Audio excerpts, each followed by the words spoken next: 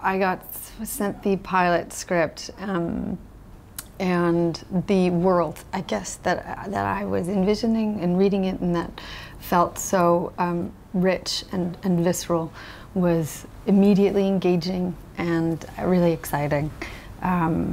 So I guess that I wanted to be a part of it. For me, as a British actor, you tend to get maybe 100 to 200 period drama scripts a day, and this one felt so immediate and exciting and rich, and had a very contemporary feel. Just felt like something I wanted to get involved in. I'd sort of decided that I wanted to take some time off from a kind of the TV shows for a bit, and this one came up, and I just thought maybe there's something special here, and particularly in this character who's so interesting. Claude is such a tormented little individual that it's a lot of fun to play. I kind of didn't want to let anyone else do it. Likewise, like I'm actually a big fan of the British period dramas, and so it felt like such a coup that I could be involved in one and not have to do a really terrible accent. Just No. No. Stop it. Very good. Well, she felt like an outsider, but still sort of very enmeshed in the inner circle, you know, of this operation, of this house. It was intriguing to me, her relationship with her husband, the great separation that they've had. I liked, you know, I got a breakdown of her history, and that she had been divorced in America and moved to France to kind of start anew. And so I had always like been drawn to those expats, you know, the Americans that came over to Paris in the 30s. And so I was excited about being able to embody that. I mean, a fair amount. I'd say I did.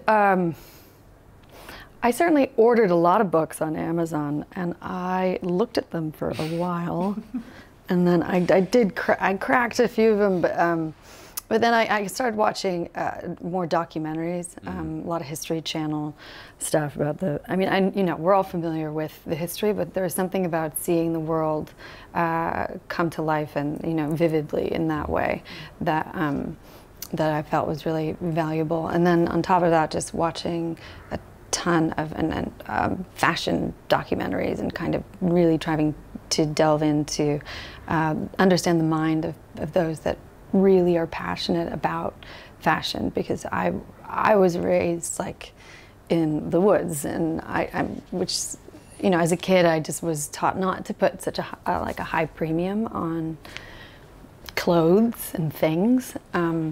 So understanding the mindset of someone who really, really loves fashion is valuable. And I really the same. I hadn't had that much interest in fashion, and I went to fashion shows and went with a very heavy heart to fashion shows, thinking, oh, I don't know if I really want to do this at 9 o'clock in the morning and get dressed up.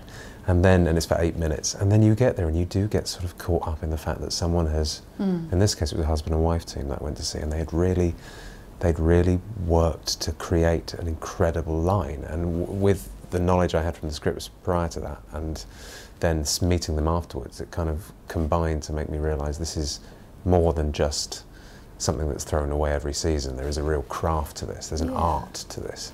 And it doesn't have to be so exclusive or elitist, you know, that there's great integrity in it for those that really devote themselves to it.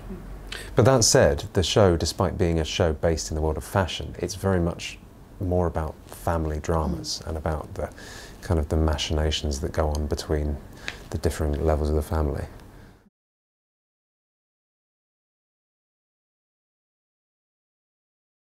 I think the freedom that it's given Oliver to be able to have this vision and to know through and through the story that he wants to tell from beginning to end, and to have the artistic freedom to tell that story without the interference of, you know, so many voices, you know. Sometimes when you get into you know, networks, sponsors. It's, you know, it can be disruptive, and it is kind of an extraordinary thing to, I don't know, to. No, I agree. You're right, to see something sort of as a whole.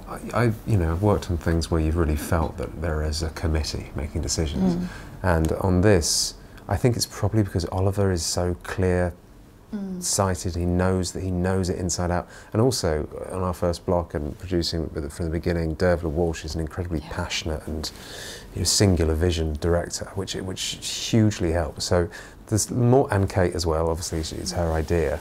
And having those three very, very certain of what they want to do, and also Amazon is renowned, as a lot of the streaming channels are, for just saying, okay, we're going to believe in you, which I think makes a huge difference, because it trickles down, right? It kind of gives confidence to everyone. Oh, this is someone's got a vision. You trust us to do this and do it to the best. I don't know. It's nice.